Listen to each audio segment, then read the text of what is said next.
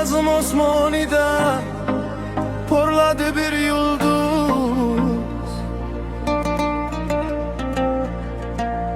Biz uchun mehnat qilgan kecha-yu kunduz.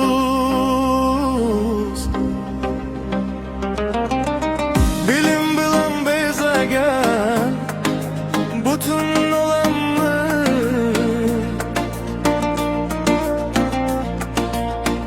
unutish gunohdir bunday insonni.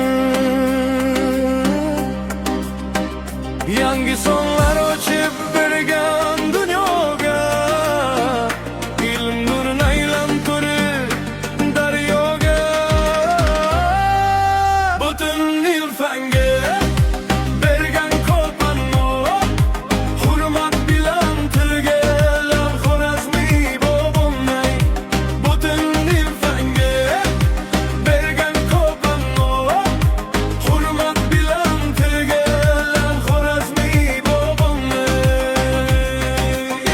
Yulduzlarni kuzatib tunlar, yanada to'g'langanlar bu olamga tatib bilimlar.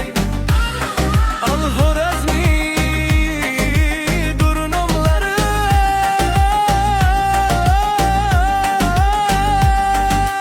kelin biz ham undan olib ibrat, ilmga berilaylik ibrat. Kelin biz ham undan olib ibrat, ilmga berilaylik ibrat. Yabo olmasam aylin, buyuk bobomizdan qolgan bir meros.